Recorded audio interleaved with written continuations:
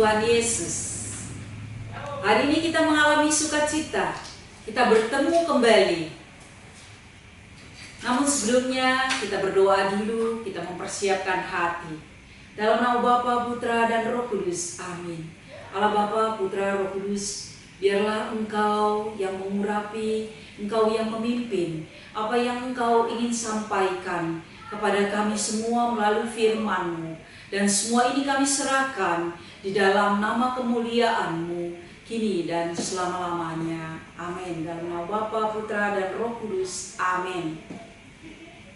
Saudaraku yang dikasihi Tuhan Yesus, pada malam hari ini kita melihat bahwa sebentar lagi kita mau merayakan Paskah, di mana Paskah sekarang yang akan kita lakukan bersama semua di dalam satu keluarga, yaitu melalui live streaming. Kita pada tahun ini 2020, tahun yang Tuhan kasih begitu istimewa, di mana kita berkumpul bersama untuk merayakannya di rumah masing-masing, untuk menyadari diri dengan tanpa kita biasa datang ke gereja, ke rumah Tuhan, beribadah. Tetapi sekarang kita di rumah masing-masing, kita menjadikan rumah kita tempat ibadah. Maka pada malam hari ini, kita akan membawa satu tema. Tema yaitu mengenai life goal, life achievement. Saudaraku yang dikasihi Tuhan Yesus, mari kita bersama-sama membuka Injil Matius bab 26. Injil Matius bab 26 ayat 3 sampai dengan 26. Kita akan baca bersama-sama. Pada waktu itu berkumpullah imam-imam kepala dan tuan-tua bangsa Yahudi di istana imam besar yang bernama Kayafas, dan mereka merundingkan suatu rencana untuk menangkap Yesus dengan tipu muslihat dan untuk membunuh Dia. Tetapi mereka berkata, "Jangan pada waktu perayaan, supaya jangan timbul keributan di antara rakyat." Ketika Yesus berada di Betania, di rumah Simon si kusta, datanglah seorang perempuan kepadanya, membawa sebuah buli-buli kolam berisi minyak wangi yang mahal. Minyak itu dicurahkannya ke atas kepala Yesus yang sedang duduk makan. Melihat itu, murid-murid gusar dan berkata, "Untuk apa pemborosan ini? Sebab minyak itu dapat dijual dengan mahal dan uangnya dapat diberikan kepada orang-orang miskin." Tetapi Yesus mengetahui pikiran mereka, lalu berkata, "Mengapa kamu menyusahkan perempuan ini?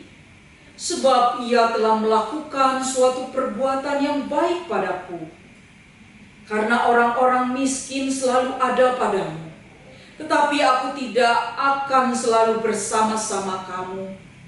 Sebab dengan mencurahkan minyak itu ke tubuhku, ia membuat suatu persiapan untuk penguburanku. Aku berkata kepadamu, sesungguhnya di mana saja Injil ini diberitakan di seluruh dunia, apa yang dilakukannya ini akan disebut juga untuk mengingat Dia." Kemudian pergilah seorang dari ke-12 murid itu yang bernama Yudas Iskariot kepada imam-imam kepala. Ia berkata, "Apa yang hendak kamu berikan kepadaku, supaya aku menyerahkan Dia kepada kamu?" Mereka membayar 30 uang perak kepadanya. Dan mulai saat itu, ia mencari kesempatan yang baik untuk menyerahkan Yesus. Pada hari pertama dari hari raya roti tidak beragi, datanglah murid-murid Yesus kepadanya dan berkata, "Di manakah engkau kehendaki kami mempersiapkan perjumpaan Paskah bagimu?" Jawab Yesus, "Pergilah ke kota kepada si Anu dan katakan kepadanya, pesan guru, waktuku hampir tiba. Di dalam rumahmu lah aku mau merayakan Paskah bersama-sama dengan murid-muridku." Lalu murid-muridnya melakukan seperti yang ditugaskan Yesus kepada mereka dan mempersiapkan Paskah. Setelah hari malam, Yesus duduk makan bersama-sama dengan ke-12 murid itu. Dan ketika mereka sedang makan, ia berkata, "Aku berkata kepadamu, sesungguhnya seorang di antara kamu akan menyerahkan aku." Dan dengan hati yang sangat sedih, berkatalah mereka seorang demi seorang kepadanya, "Bukan aku ya Tuhan?" Ia menjawab, "Dia yang bersama-sama dengan aku mencelupkan tangannya ke dalam pinggan ini, dialah yang akan menyerahkan aku. Anak manusia memang akan pergi sesuai dengan yang ada tertulis tentang dia. Akan tetapi celakalah orang yang olehnya anak manusia itu diserahkan. Adalah lebih baik bagi orang ini sekiranya ia tidak dilahirkan." Yudas yang hendak menyerahkan dia itu menjawab, katanya, "Bukan aku ya Rabi." Kata Yesus kepadanya, "Engkau telah mengatakannya." Demikianlah sabda Tuhan. Terpujilah Kristus. Saudaraku yang dikasihi Tuhan Yesus, di mana kita di sini dikatakan mengenai persiapan yang dilakukan pada waktu Yesus selesai mengajar. Yesus berkata kepada murid-muridnya, "Kamu tahu 2 hari lagi akan dirayakan Paskah, maka anak-anak manusia akan diserahkan untuk disalib. Di istana kumpul para imam, kepala, dan tuan-tuan bangunan bangsa Yahudi, di mana ada imam besar bernama Kayafas, bersama dengan mereka yang berkumpul merencanakan untuk menangkap Yesus serta untuk membunuh dengan segala tipu muslihatnya. Namun dikatakan jangan sekarang, karena akan ada perayaan nanti, maka terjadi keributan.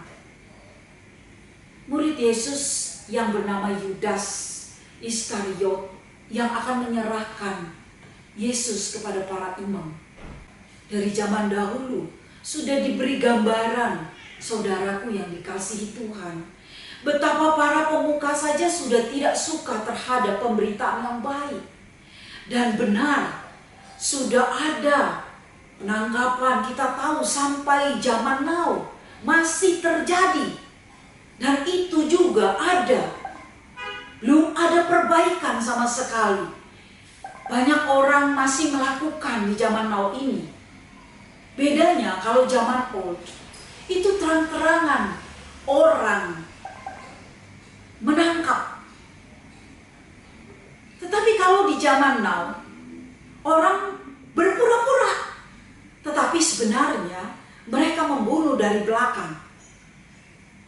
Seringkali personal, hanya persoalan mereka mau uang, kedudukan, kekuasaan, jabatan, dan lain-lain yang mereka pertaruhkan. Mereka tidak terang-terangan membunuh dengan bahasa menusuk, tetapi mereka membunuh dengan kata-kata, mereka membunuh dengan berbagai macam hal. Itulah zaman now. Begitu banyak tipu muslihat yang terjadi. Waspadalah, waspadalah. Kalau Yesus berkata berjaga-jagalah, berjaga-jagalah. Proses Kemudian ketika Yesus berada di Betania, di rumah Simon si kusta, datanglah seorang wanita perempuan. Kepadanya dia membawa buli-buli, kemudian berisi minyak wangi yang sangat harum. Dan minyak wangi itu pada waktu Yesus duduk makan bersama, minyak wanginya ditumpahkan, dicurahkan ke atas kepala Yesus. Namun apa yang dikatakan oleh murid-muridnya? Itu merupakan pemborosan. Sebab minyak itu mahal. Dijual bisa membantu banyak orang, terutama orang-orang miskin. Yesus tahu pikiran para muridnya. Maka di situ Yesus berkata kepada mereka, jangan kamu menyusahkan wanita ini, perempuan ini, sebab ia telah melakukan suatu perbuatan yang baik, yang sangat baik yang ia lakukan, sedangkan kalian tidak melakukan itu kepadaku. Dan dia melakukan persiapan ini kepadaku. Karena orang-orang miskin selalu ada padamu, tetapi aku tidak selalu ada bersama dengan kamu. Sebab dengan mencurahkan minyak ke tubuhku, ia melakukan persiapan untuk menguburku. Saudaraku yang dicintai Tuhan Yesus, di aktivitas kita juga sering kita sibuk banyak memperhatikan orang ikut kegiatan apa saja. Menolong orang begitu banyak sibuknya kita. Seperti Marta, tanpa sadar, di bawah alam sadarnya, dia selalu sibuk menyiap-nyiapkan tanpa mendengarkan. Kita pun sekarang sibuk tanpa kita mengenal lelah semuanya. Kita lupa, saudaraku sekalian, kita sudah tidak punya waktu untuk bersama Tuhan. Kita sudah tidak punya waktu untuk diam sejenak, untuk lebih dalam kita dengan Tuhan. Kita tidak punya waktu. Padahal kita memerlukan proses itu. Karena itu paling utama. Di dalam terutama apa yang telah kita perbuat, agar kita tahu apa yang telah kita perbuat untuk Tuhan, yaitu berbuat untuk memuji, memuliakan Tuhan dalam pujian penyembahan, dan selalu berdiam menghadap Tuhan. Tetapi pada saat ini, kesempatan ini, pada di rumah semua, ini kesempatan yang amat baik di dalam untuk menjambut Paskah, di mana kita masih prapaskah. Beberapa hari lagi kita akan menyambut hari Paskah.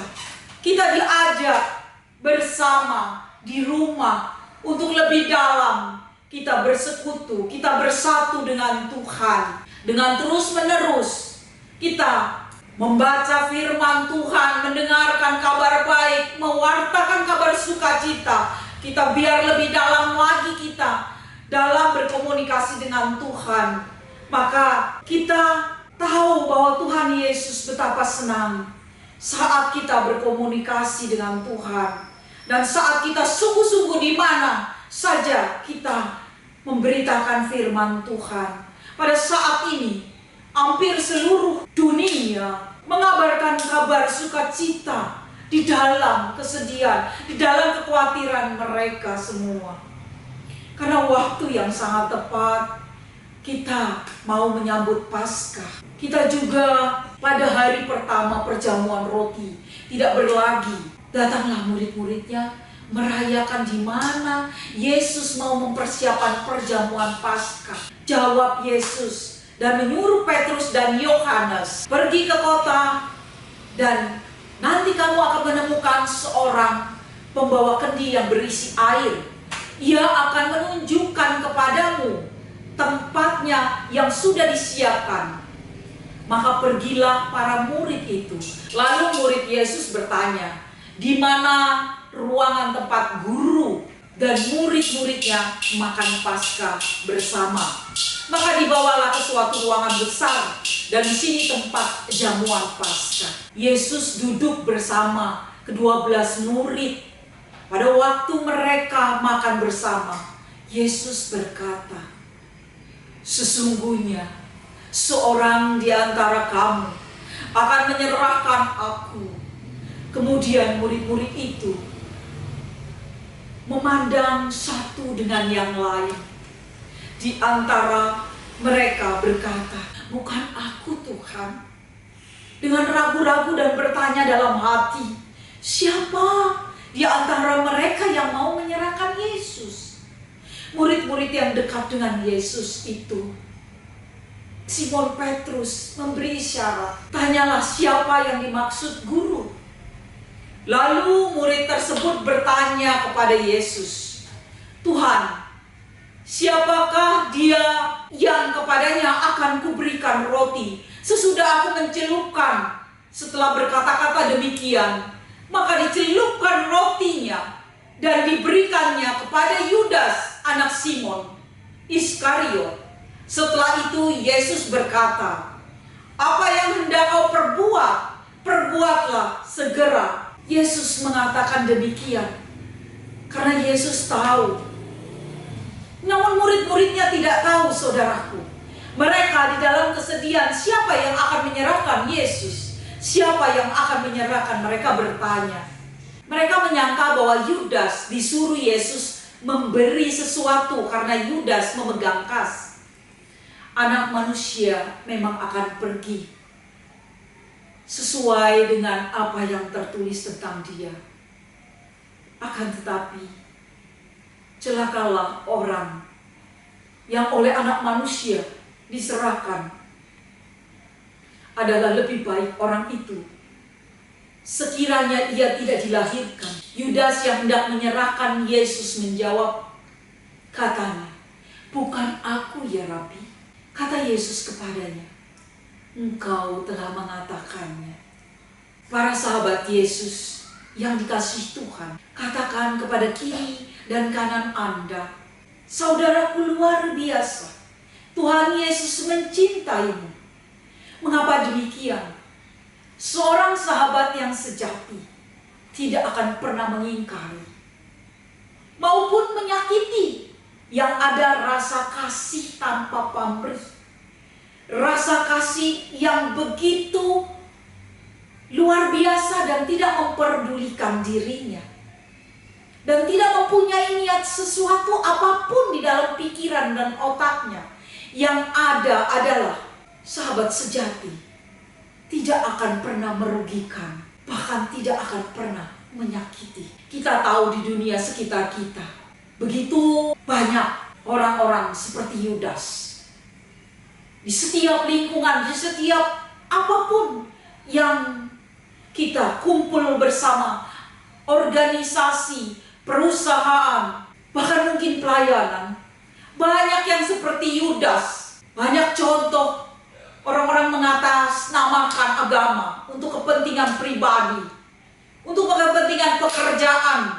Kadang sebagai seorang bekerja di ladang Tuhan dengan maksud untuk juga jabatan, dengan maksud juga untuk kekuasaan, ketenaran, mengisi kesibukan lain-lain. Juga banyak sekali memberikan teladan yang tidak lain dan tidak memberikan suatu teladan yang baik. Kalau kita mau lihat mengapa sebagai suatu teladan yang sudah diberikan oleh Tuhan Yesus sendiri, yang mengatakan kita sebagai sahabatnya, sahabat yang mulia dari Tuhan Yesus, mengapa mereka semua bukan memberitakan kabar kebenaran? Tetapi banyak sekali kalau kita melihat di media massa, di semua hal-hal yang begitu cepat zaman kini, zaman now ini, zaman digital ini, kabar hoax, kebohongan-kebohongan begitu banyak, baik secara fisik maupun secara fitnah, yang begitu kadang membuat orang percaya. Begitu luar biasa, seperti zaman sekarang yang lagi kondisi ketakutan, yang orang-orang pada dipenuhi dengan virus corona pun, hoax masih beredar, begitu sensasinya, sehingga banyak orang yang percaya. Hoax ini yang sangat melukai seorang sahabat, sahabat antara anak dan orang tua, sahabat antara sesama, sahabat antara rekanan, dan sebagainya. Semua inilah yang merupakan silih yang diberikan Tuhan Yesus sebagai sahabat sejati. Dan ketika mereka sedang makan bersama, Yesus mengambil roti dan memecah-mecahkannya, lalu memberikannya kepada murid-muridnya dan berkata, "Ambillah, makanlah, inilah tubuhku." Dan sesudah itu, ia mengambil cawan dan berkata, "Minumlah kamu semua dari cawan ini, sebab inilah darahku, darah perjanjian yang ditumpahkan bagi orang untuk pengampunan dosa." Sahabat Yesus yang sangat dicintai, itulah silih dan pemberian sahabat sejati yang diberikan kepada kita semua sebagai pengampunan dosa kita semua. Silih darah yang kudus yang diberikan untuk kita tanpa melihat status, tanpa memandang kita siapa, Anda dan saya siapa, kita semua bagaimana. Tanpa melihat itu semua, begitu luar biasa kasih dan cintanya Tuhan Yesus kepada kita semua. Allah Bapa yang mengutus putranya agar kita sebagai manusia merasakan betapa cinta sejati dari seorang sahabat yang sejati, yang mengorbankan nyawanya untuk penebusan kita semua. Yang begitu luar biasa, saudaraku yang dikasihi Tuhan Yesus. Tuhan Yesus memberikan itu semua sebagai pengampunan dosa kita. Kita tidak pernah sedikit pun saat ini, situasi seperti ini, seringkali kita tidak memikirkan ini, dan kita tidak pernah merasakan ini. Kita asik, semua asik dengan sendiri, kesibukannya masing-masing berbagai macam. Tuhan Yesus menantikan kita untuk berdialog kepadanya. Pada situasi ini, begitu tepatnya saudaraku, untuk kita semua saling untuk berdiam diri, untuk berkomunikasi dengan intens kepada Tuhan, untuk ucapan syukur, untuk saling mengasihi sesama, menguatkan bersama saat ini. Menjadilah sahabat sejati yang tanpa pamrih, tanpa menghendaki segala sesuatu apapun. Sahabat sejati tidak memikirkan egoismenya, tetapi memikirkan kepentingan umum, berani jujur berkata antara lidah dengan hati, antara pikiran dengan jiwa. Marilah saudaraku yang dikasihi Tuhan Yesus, pada saat ini kita bersama, kita mau minta pengampunan kepada Tuhan, dan kita juga bersyukur atas silih yang telah diberikan kepada kita. Dalam nama Bapa, Putra, dan Roh Kudus. Amin. Allah Bapa, Putra, dan Roh Kudus, puji dan syukur atas kasih dan cinta-Mu. Engkau teramat baik untuk kehidupan kami. Engkau sahabat sejati untuk kami semua. Tuhan Yesus, ampuni kami. Kami tidak sadar, baik itu disadari atau tidak, kami sering menyakiti Engkau. Kami tidak tahu apa itu sahabat sejati. Tuhan, begitu sakitnya rasa di dada ini, karena kami telah melukai-Mu. Engkau rela untuk disalibkan, wafat. Engkau pun rela untuk dicabik-cabikkan memikul salib. Engkau pun rela untuk disobek-sobekkan bajumu dan dibagi-bagikan. Dan begitu luar biasanya Tuhan, Engkau bahkan dimahkotai duri. Kami tidak sanggup seperti itu. Bahkan kami sering menyakiti-Mu. Ampuni kami Tuhan. Ampuni kami. Ampuni kami yang penuh dengan dosa ini. Baik antara kami sesama, baik antara anak dan orang tua, antara suami dan istri, dan antara sesama manusia. Ampuni kami Tuhan, yang begitu saling mencakiti, memfitnah, dan bahkan sudah tidak tahu lagi apa yang dikatakan. Tuhan Yesus, Engkau Allah yang luar biasa untuk kami. Ampunilah segala dosa dan kesalahan kami. Pada saat ini pun kami juga semua saling menyalahkan, saling segala sesuatu Tuhan berita pun. Ya Allah, ya Tuhan kami, ampunilah kami.